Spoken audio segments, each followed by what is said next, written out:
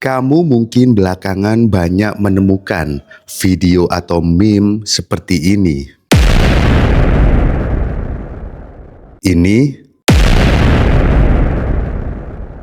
atau ini.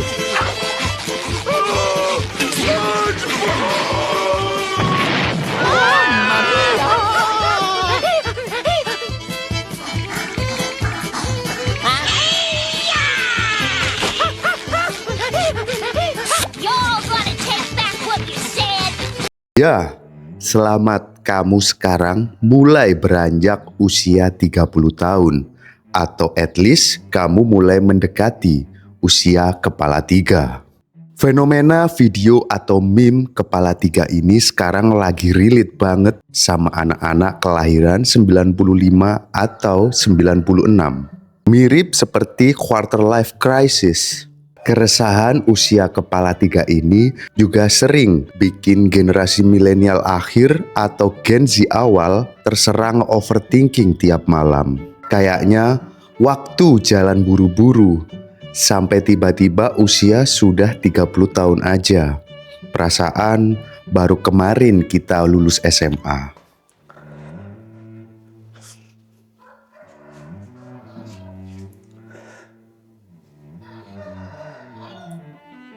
Usia 30 ya.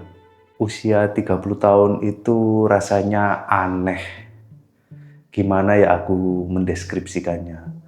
Karena entah kenapa kita nggak pernah siap. Aku nggak pernah siap ketika memasuki usia 30 tahun. Aku itu nggak seperti pada awalnya itu nggak menerima. Kok bisa aku ternyata tiba-tiba udah memasuki usia 30 tahun. Padahal aku masih ingat dengan jelas.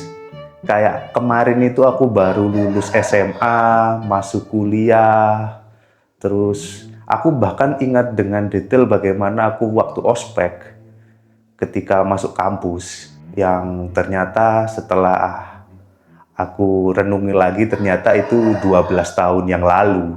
Lihat pria ini, dia begitu pasrah dengan kemana nasib akan membawanya di usia 30 tahun ini. Usia 30 tahun.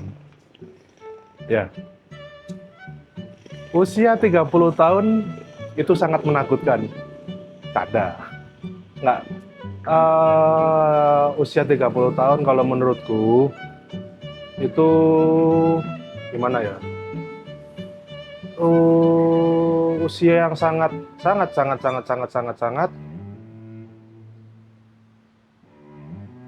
jujur setelah melewatinya nggak ada rasa seneng, susah atau apa, nggak ada setelah lewat 30 tahun bulan kemarin.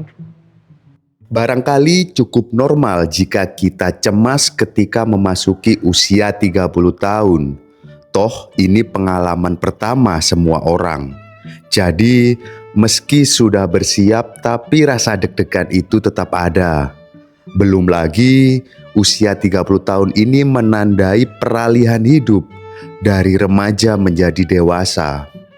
Kadang keseriusan hidup harus ditingkatkan dan kegagalan-kegagalan harus mulai dikurangi. Oke, yang berbeda ketika menjelang usia 30 tahun itu, menurut aku, di hidupku ini aku selalu merasa aku harus ada temannya, aku harus ditemani, aku harus punya pasangan, aku harus punya teman, aku tidak boleh sendirian. Tapi ketika menjelang 30 tahun, aku sadar bahwa enggak apa-apa tuh aku sendirian, ternyata aku bisa sendirian, ternyata aku mampu sendirian.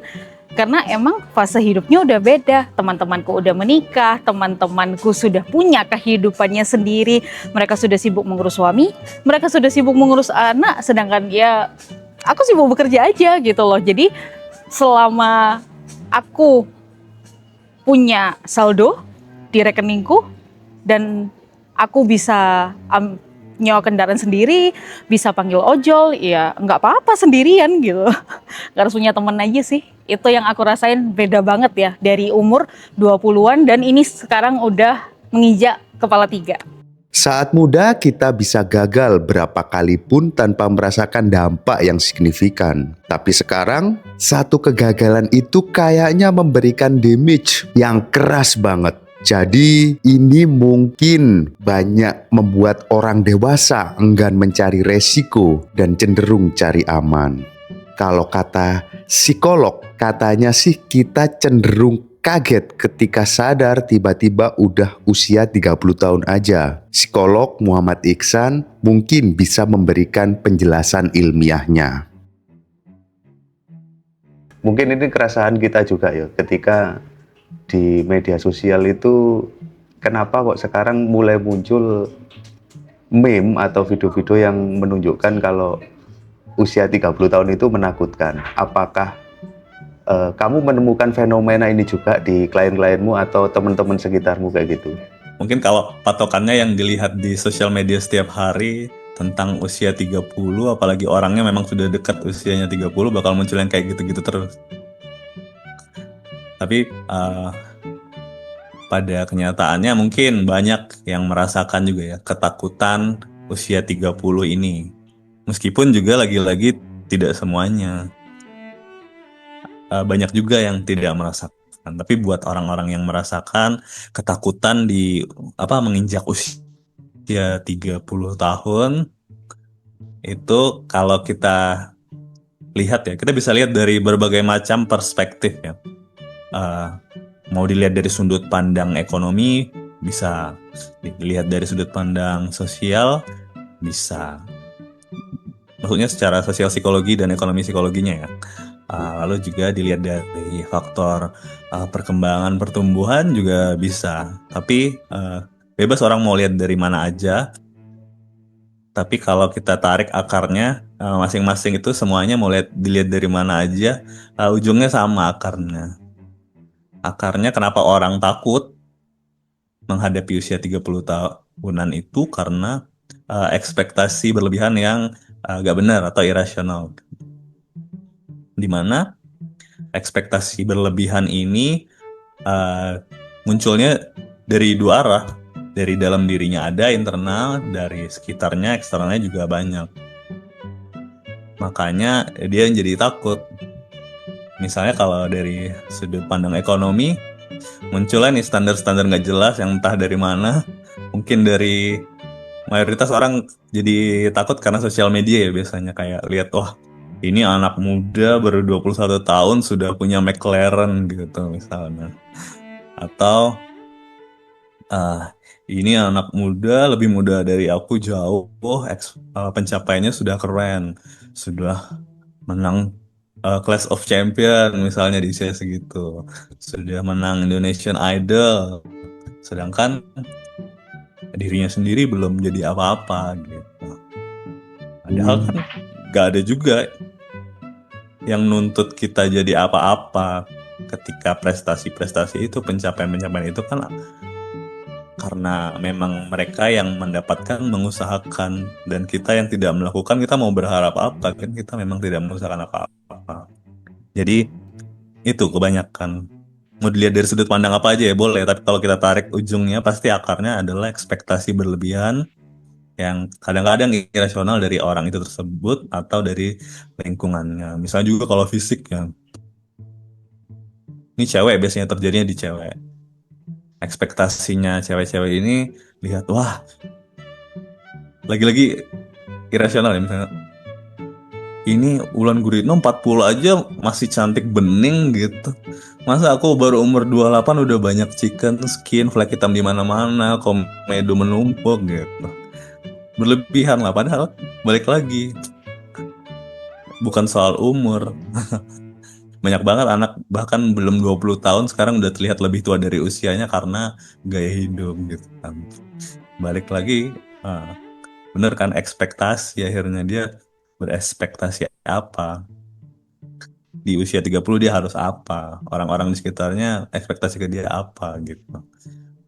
Padahal juga itu gak penting banget untuk dipikirin sebenarnya. Kita bangun hari ini umur 29, besok ulang tahun ke-30 misalnya. Emang apa yang berubah? Nggak ada, kita tetap bangun pagi dengan keadaan yang sama, masih makan makanan yang sama gitu. masih ketemu orang yang sama. Kita nggak tiba-tiba jadi jompo bangun besok hari ketika umur kita 30 gitu juga kan. Enggak, makanya ekspektasi ini perlu di-manage lah memang buat orang-orang yang mungkin merasa takut ya menghadapi usia 30-nya gitu. Artinya gitu ya, Sen ya. Media sosial ini memperparah gitu nggak sih? Kalau dulu kan kita media sosial di era 2000 awal kan mungkin cuma Facebook ya. Dalam artian itu pun flexingnya tidak separah sekarang. Apakah itu juga mempengaruhi ya media sosial kayak gitu? Oh iya, sangat mempengaruhi kalau bisa dibilang. Zaman dulu kenapa orang-orang cenderung lebih bahagia karena memang sumber informasinya terbatas, kayak TV juga cuma itu aja, belum banyak banget kayak sekarang.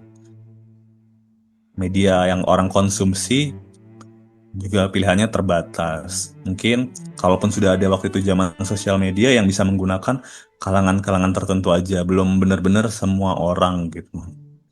Tapi kalau sekarang mau orang tinggal di kardus aja sekarang bisa main TikTok gitu. Kayak semasif itu sudah penggunaan sosial media. Oleh karena itu memang faktanya sebagai manusia ya, ada kayak orang biasa bilang ilmu padi, makin belajar makin menunduk. Nah kalau sekarang makin tahu banyak informasi makin stres. Karena semakin banyak kita tahu, semakin banyak informasi di kepala kita, semakin banyak pembanding yang akhirnya membuat kita seringkali yang biasa orang sebut sekarang FOMO gitu, takut ketinggalan.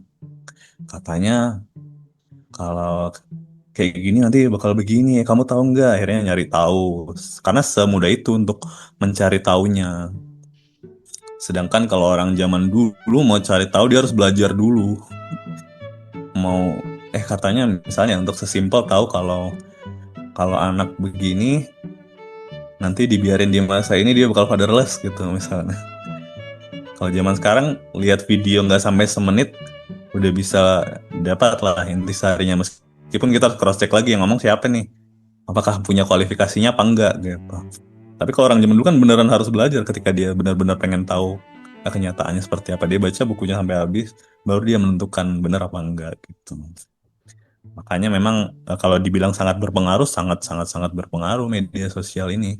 Orang-orang jadi FOMO gitu, mau tahu banyak hal, dan karena tidak didampingi dengan kemampuan intelektual yang cukup juga ya, akhirnya semua informasi masuk aja tanpa filter, yang akhirnya malah bikin tambah pusing. Orang sekarang kan gitu, kayak gak peduli dia siapa yang ngomong, penting followersnya banyak, percaya gitu. Ini yang ngomong. Bahkan ada fenomena baru-baru ini, dokter-dokter spesialis jantung banyak yang digoblok-goblokin sama netizen karena membahas kematian salah satu itu influencer gitu. Karena ini siapa, netizen dia lebih percaya orang yang followersnya banyak daripada dokter yang memang spesialis jantung ngasih tahu hal yang benar gitu kan. Saking banyaknya informasi bebas di luar sana yang sangat mudah dikonsumsi, memang harus didampingi juga dengan kemampuan berpikir kritis nih. Nggak boleh percaya informasi apapun kalau memang bukan ahlinya yang ngomong, itu harus dipupuk sih emang biar lebih tenang gitu. Memang ketakutan di usia 30 tahun ini banyak dipengaruhi faktor eksternal, terutama budaya yang memandang orang di usia 30 tahun harus memenuhi standar-standar dan ekspektasi yang bertahun-tahun menjerat anak-anak muda. Seperti harus menikah, punya rumah sendiri, dan pencapaian-pencapaian lain. Padahal setiap manusia memiliki jalan cerita hidup yang berbeda-beda. Rasanya itu orang-orang itu jadi seperti lebih mengerti bagaimana kita harus hidup ya.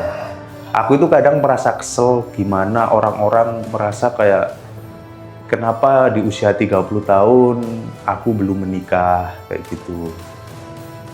Padahal menikah itu adalah sesuatu yang rumit dibandingkan dulu kita dibandingkan atau kita diarahkan mana sih keputusan yang baik dan tidak. Katakanlah Seperti misalnya keputusan untuk bekerja di mana atau memilih sekolah favorit atau yang mana, itu kan tergantung diri kita sendiri. Asalkan kita kerja keras, kita mempersiapkan dengan baik, itu bisa dilakukan. Maksudnya itu sangat mudah untuk dicapai. Sedangkan menikah kan menyatukan dua orang sekaligus, yang mana katakanlah aku mau, dianya nggak mau, kan kita nggak bisa maksa ya. Sedangkan katakanlah untuk sekolah atau kampus yang favorit, kita bisa memaksa diri kita untuk bisa mencapai ke sana, cukup dengan kerja keras. Sedangkan menikah kan nggak bisa ujuk-ujuk, besok menikah yuk, besok kita lamaran yuk, gitu.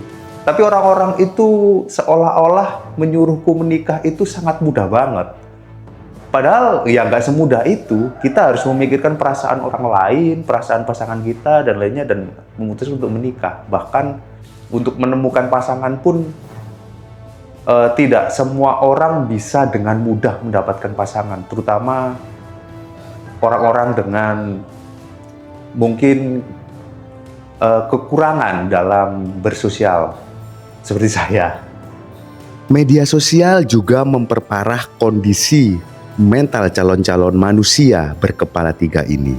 Sebenarnya nggak apa mau konsumsi media sosial. Balik lagi, semua hal di dunia ini itu nggak apa-apa dilakukan.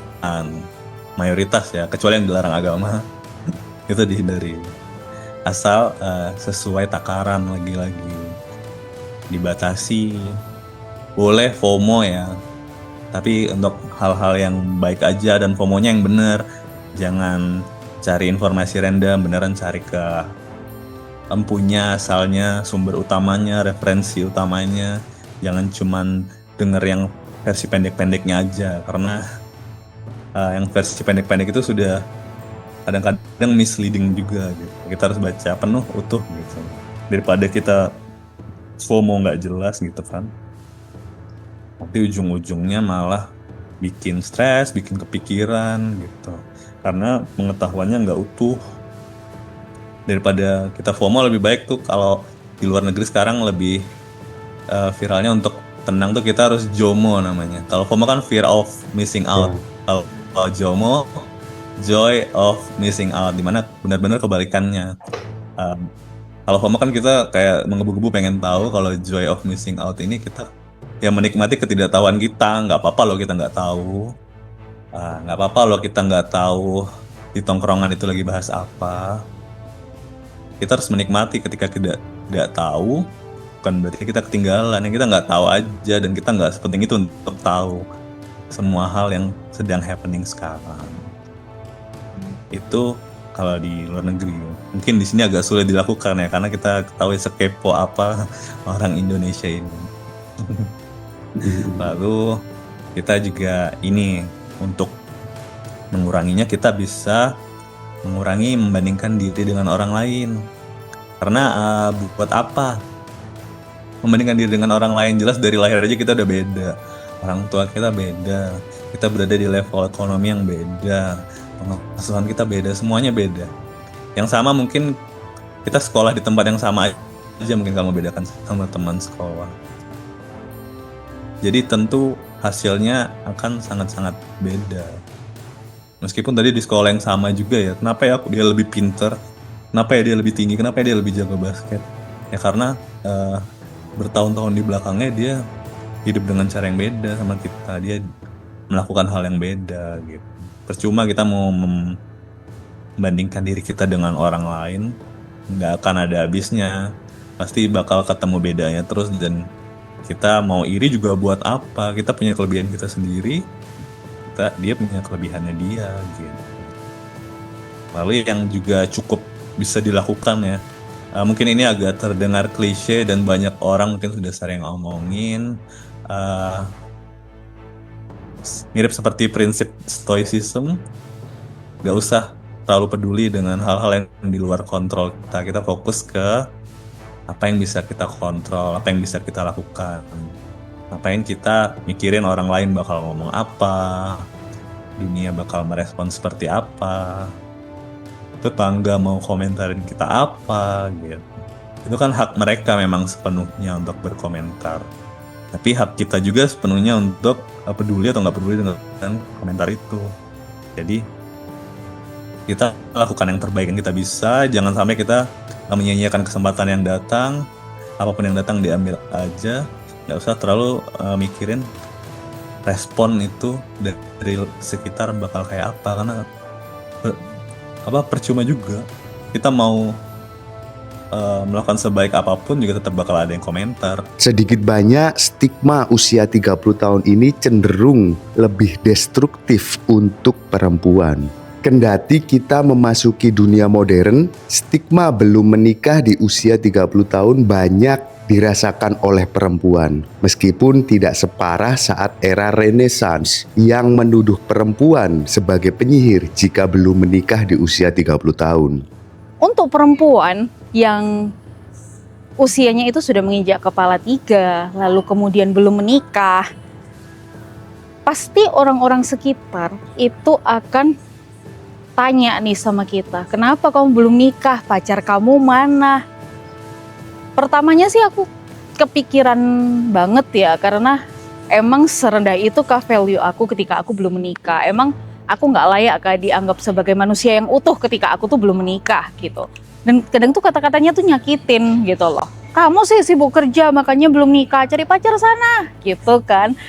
Tapi ya lama-lama maksudnya makin kesini saat aku udah menginjak kepala 3 aku makin ya kenapa sih emang kalau aku belum nikah, toh yang penting aku bahagia gitu loh. Bukan berarti aku nggak kepengen nikah ya, iya aku kepengen nikah, tapi you don't have to tell me what I have to do. You don't have to tell me what should I do with my life, because I know exactly what I want. I know exactly what is my value. So you don't have to tell me what kind of responsibility or maybe what kind of activity should I do gitu loh. Karena menikah pun itu bukan suatu pencapaian yang besar buat aku. Yang penting itu aku bisa bermanfaat untuk orang-orang. Yang penting aku bisa membahagiakan orang sekitarku dan tentunya diriku sendiri. Karena saat aku paham value ku apa, saat aku paham diriku tuh seperti apa, ya that's more than enough gitu. Jadi kalau aku sih udah nggak masukin hati lagi ya, cuma masuk kuping aja, tapi jangan dimasukin ke pikiran kalau ada katanya orang yang nyakitin gitu. Di fase 30 tahun ini, kita itu sebagai perempuan itu selain juga buat teman-teman yang udah menikah ya, buat teman-teman yang udah menikah itu kita juga sibuk bekerja loh. Jadi di usia 30 tahun sahabat-sahabat aku itu rata-rata sudah punya anak 1, punya anak 2 ya kan. Tapi mereka tuh masih kerja. Gila nggak? Gitu kan. Jadi mereka ya masih kerja, masih ngurus suami, masih ngurus anak. Itu hebat banget. Kalau aku sendiri gimana? Berat buat aku itu ketika karir aku dirasa kayak stuck gitu loh. Dirasa kayak stuck. Karena ya memang aku belum menikah ya, jadi aku gak ngerti kehidupan setelah menikah itu bagaimana ribetnya. Tapi ngerasa kalau karir aku stuck itu kerasa kayak aduh ini fase apa lagi ya. Terus kebetulan menjelang umur 30 tahun tuh aku malah switching karir gitu loh. Dimana karir yang aku tempuh sekarang itu berbeda dengan basic karirku yang sebelumnya. Jadi aku harus belajar lagi dari nol, tapi ternyata aku nemuin passion aku nih di sini. Aku nemuin hal yang aku sukai dan ternyata pekerjaan ini menyenangkan buat aku. Dan ternyata Tuhan kasih bonus ya. Tuhan kasih bonus jenjang karir yang oke dan juga jabatan dalam tanda kutip yang oke. Bagi pria memasuki usia 30 tahun saat ini tidak kalah kompleks. Mereka dituntut untuk matang secara finansial dan dapat segera menikah di tengah kondisi ekonomi yang serba tidak menentu saat ini. Bandingkan dengan era kakek atau orang tua kita yang sudah bisa membeli tanah atau rumah di usia 30-an. Tapi sekarang, apakah mungkin pria dengan gaji UMR membeli sebidang tanah atau rumah tanpa KPR? Bukan karena malas atau banyak ngopi, tapi realitanya inflasi menyebabkan harga tanah dan bahan pokok tidak terjangkau dibandingkan pendapatan masyarakat yang tidak mengalami peningkatan secara signifikan. Kita lihat realita di sekitar. Banyak orang bekerja dengan gaji di bawah UMR meski telah bekerja 8 jam sehari selama sebulan. Jangankan membeli tempat tinggal yang tiap tahunnya harganya terus meroket. Mereka hanya bekerja untuk terus bertahan hidup keesokan harinya. Padahal rumah juga bagian dari kebutuhan primer manusia.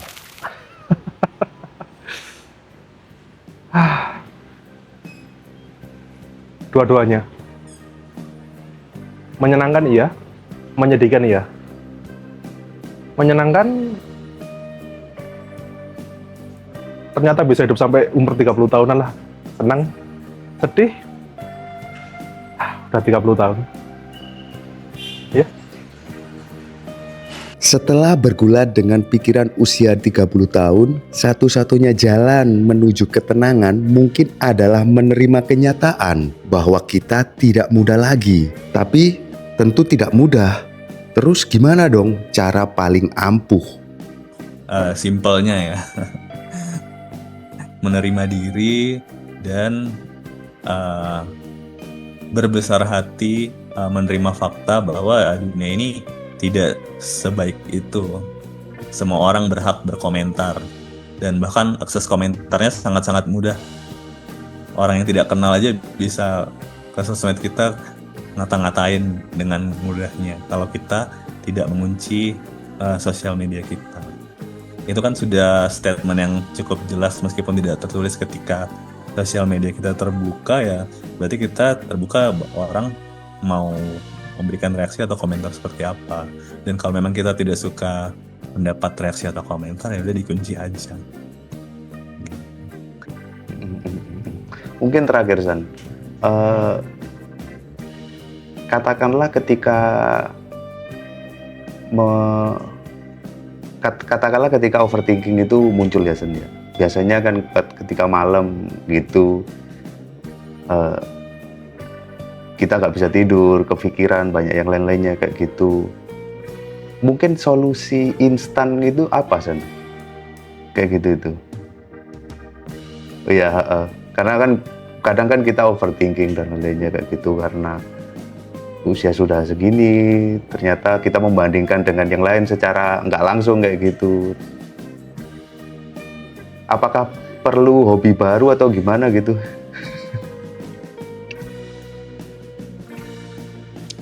Mungkin instannya dulu, nanti jangka panjangnya kayak gimana?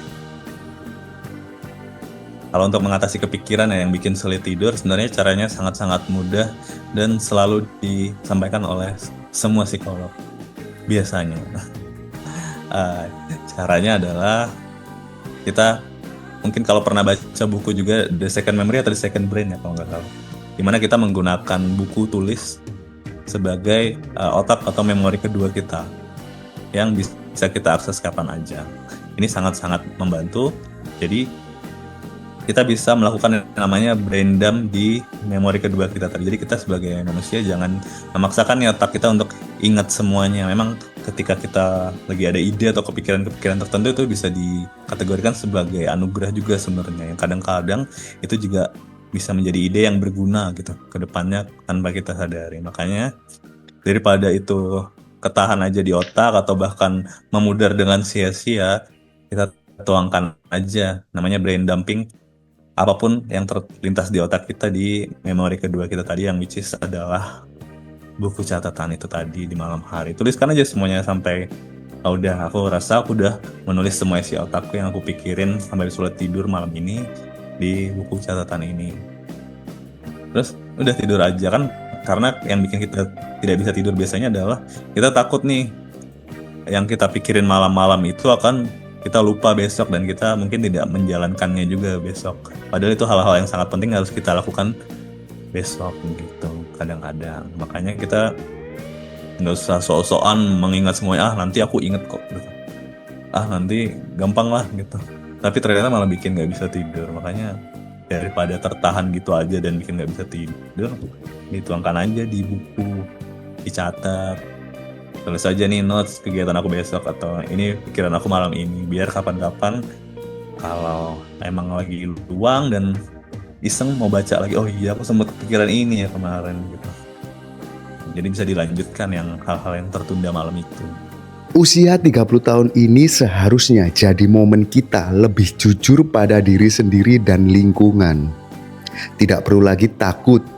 Justru saat lebih dewasa ini membuat kita jadi lebih pemberani dalam menentukan sikap. Kalau dulu kita takut dengan stigma, harusnya kini lebih berani karena pengalaman selama 30 tahun membuat kita tahu mana yang lebih baik buat hidup kita sendiri. Keluar dari lingkungan toksik, lepas dari ketakutan dan memulai sesuatu yang baru. Yang aku pahami adalah ketika kita ikhlas, ketika kita bahagia, ketika kita mau nerima apa yang ada di hidup kita, usia tuh bukan jadi penghalang, usia tuh nggak masalah sama sekali. Karena ketika kita udah ikhlas nerima apa ketentuan Tuhan, Tuhan akan kasih yang pernah kita doakan sebelumnya. Tuhan itu akan ngasih yang lebih daripada yang kita kira kita tuh nggak layak untuk dapetin itu. As a woman, being insecure, being scared, it's totally fine because you're just a human. Jadi enggak apa-apa, umur itu cuma soal angka. Jadi kita merasa insecure, kita merasa takut, itu wajar dan menurut aku itu malah harus. Kenapa? Saat kita enggak insecure, saat kita enggak takut, berarti kita nggak akan ada keinginan untuk belajar. Kita nggak akan punya keinginan untuk keluar dari bubble-nya kita. Gitu. Jadi, kalau menurut aku insecure tuh nggak apa-apa. Kenali rasanya, terima rasanya, baru diolah. Hai insecure, selamat datang di diriku. Kenapa ya kok aku merasa seperti ini? Apa tujuanmu datang ke sini? Baru setelah itu kita ajak ngobrol nih rasa itu. Oke, aku menerima kehadiranmu, sekarang aku sudah tahu nih harus apa dengan kamu. Gitu. Lalu menurut aku kalau kita nggak punya rasa insecure, kita nggak punya rasa takut, kita justru nggak bisa menggali value atau potensi terbesar kita. Kenapa? Karena kalau kita nggak punya rasa insecure berarti kita ngerasa aman terus kan, berarti kita ngerasa nggak apa-apa loh aku ada di fase ini terus, yang akhirnya justru potensi itu lama-lama terpendam, yang akhirnya ya udah kita nggak akan pernah sadar bahwa kita tuh punya potensi itu. Jadi saran aku, don't be scared if you are being insecure. Tapi kenali rasanya, gali potensinya yang ada di sana, and enjoy your moment, seize your moment. Karena momen itu nggak pernah datang 2 kali. Kamu umur 30 cuma sekali. And then you have to move on to 31, 32, dan seterusnya. Semoga Tuhan kasih kita umur panjang supaya kita bisa kasih paham nih sama orang-orang di sekitar kita. Umur 30 itu nggak melulu harus dikasihanin. Karena kita bisa kok bahagia meski kita nggak dengerin apa yang orang-orang itu diktein tentang hidup kita. Nggak pernah ada kata terlambat untuk ngenalin potensimu, untuk berganti karir, untuk memulai suatu hal yang baru di umur 30 tuh nggak ada yang terlambat. Justru yang terlambat itu kalau kamu terlalu banyak dengerin kata orang yang akhirnya kamu kehilangan jati dirimu. Buat apa? Jadi just be you, enjoy yourself, enjoy your moment, and don't forget to have fun.